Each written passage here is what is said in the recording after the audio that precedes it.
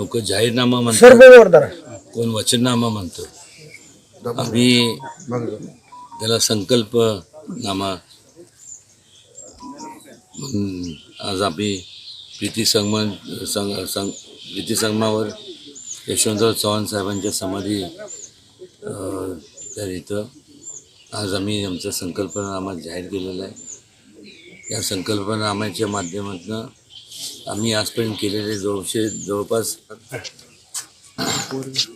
9,954 कोटीचे कामं झालेले आहेत. मग नॅशनल हायवेचे जवळपास 7,000-7,500 कोटीचे, मेडिकल कॉलेजचं जर पाहिलं तर जवळपास 4,500 कोटीचं आहे. त्यानंतर पाटबंधाऱ्याच्या माध्यमातून 477 कोटीची कामं झाली. सैनिक स्कूलचं जे अद्यावधी म्हणजे त्याचं मॉडर्नायझेशन याकरता 275 कोटी, साको आणि या बाकी संपूर्ण बांधकाम याच्यातनं 231 कोटी, CRF फंडातून 209 कोटी, प्रधानमंत्री ग्राम सडक योजनेतनं जवळपास 146 कोटीचे कामं झाली. प्रधानमंत्री आवास योजनेच्या माध्यमातून 190 कोटीची कामं झाली. भुयारी गटर योजनेचे जवळपास 43 कोटीची कामं झाली, ती 44 कोटी साधारण. पाणी पुरवठ्याचे जवळपास 74 कोटीचे झाले. आणि इतर लोकउपयोगी जे विकास कामं आहेत ते 200-250 कोटीचे झाले.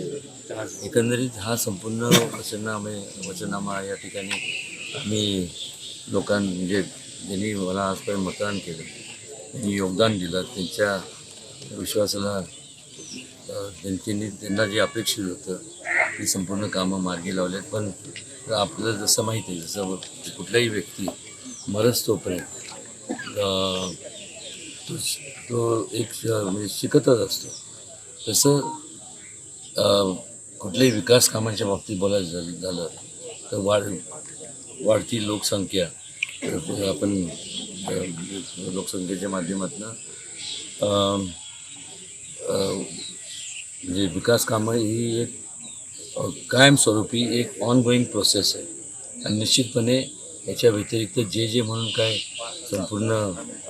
संपूर्ण लोकांच्या मागण्या निश्चितपणे केंद्र शासनाच्या माध्यमातून आणि राज्य शासनाच्या माध्यमातून ते आम्ही पूर्णत्वास नेऊ. या ठिकाणी आवर्जून सांगावंसं वाटतं की मोदीजींच्या कुशल नेतृत्वाखाली गेले 10 वर्षामध्ये घोषणा झाल्या नाही, घोषणा कमी झाल्या, पण कामं मात्र झाले, खूप भरपूर झाली.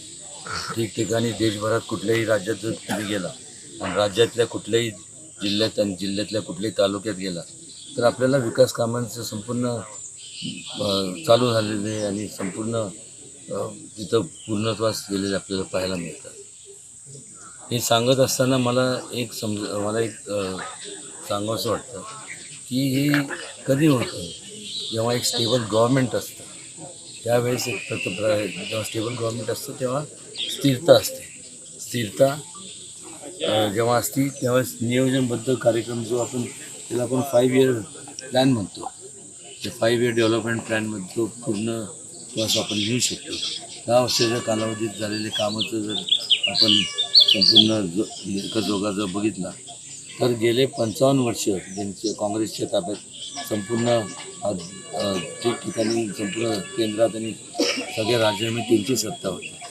का झालं नाही हा प्रश्न लोकांना आता विचारायला लागतात. आणि आज भारतीय जनता पक्ष आणि त्यांचे मित्र पक्ष हे सर्व त्यांच्या माध्यमातून महायुतीच्या माध्यमातून जी कामं झाली ते वाखाणण्यासारखे. आणि ह्या उलट जर आपण बघितलं तर महाविकास आघाडीचे त्यांच्यात एवढी अस्थिरता आहे, एवढं म्हणजे त्यांच्याकडं म्हणजे पंतप्रधान कॅन्डिडेटवरनं वादावादी चालू आहे आणि एवढं अस्थिर संपूर्ण असताना तिथं नियोजन शून्य. आणि त्यामुळे महाविकास आघाडीपेक्षा मी तर म्हणते महाभकास आघाडी, कारण की त्यांच्याकडनं कुठल्याही अपेक्षा करणं म्हणजे पालत्या घड्यावरती पाणी.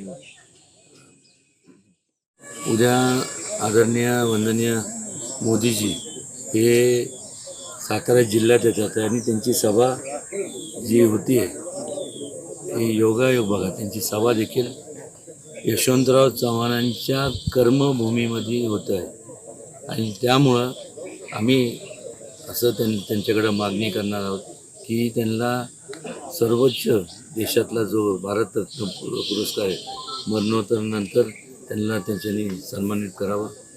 मला एक समजत नाही की असं बोलल्यानंतर मग माझ्या विरोधात असं बोललं गेलं की यांना आताच कसं सुचलं. माझं म्हणणं आहे की मोदीजी येणार होते, योग चांगला आहे, योग या चव्हाण साहेबांच्या कर्मभूमीत सभा होणार आहे. आम्हाला सुचलं, पण एवढे वर्ष ज्या लोकांनी स्वतःला मानसपुत्र जे म्हणून संबोधतात तर त्यांनी मग एवढ्या वर्षांमध्ये का स्वतःला 2 नंबरचा जो पुरस्कार आहे पद्मविभूषण स्वतःला त्यांना मिळाला, तेव्हा असं वाटलं नाही का की आपल्या मानसपित्याला देखील भारतरत्न पुरस्कार मिळावा.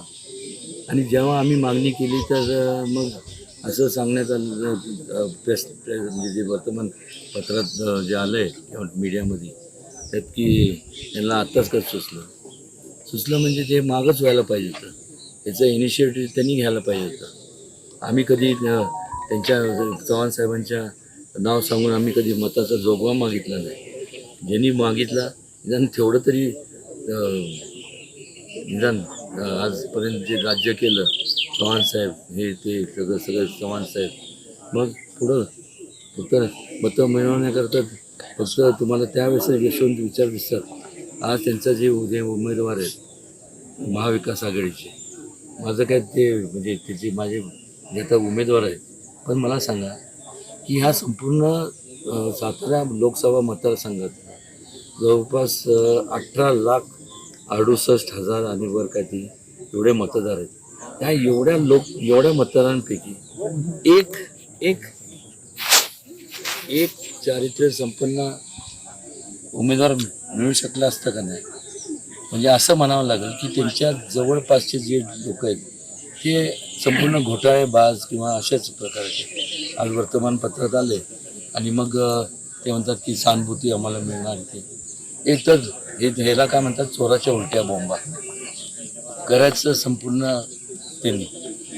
आणि परत जेव्हा उघडकीस आल्यानंतर म्हणतात की यांना आता दुसरं काय मिळणार, रडीचा डाव. रडीचा डाव आम्ही खेळत नाही. तुम्ही लोकांना एवढे वर्ष झुलवत ठेवलं, तुम्ही लोकांना लढवण्याचा डाव आजपर्यंत खेळा आणि त्यामुळेच एवढ्या मोठ्या प्रमाणावरती परिवर्तन झालं. 2 सांसद भारतीय जनता पक्षाचे होते.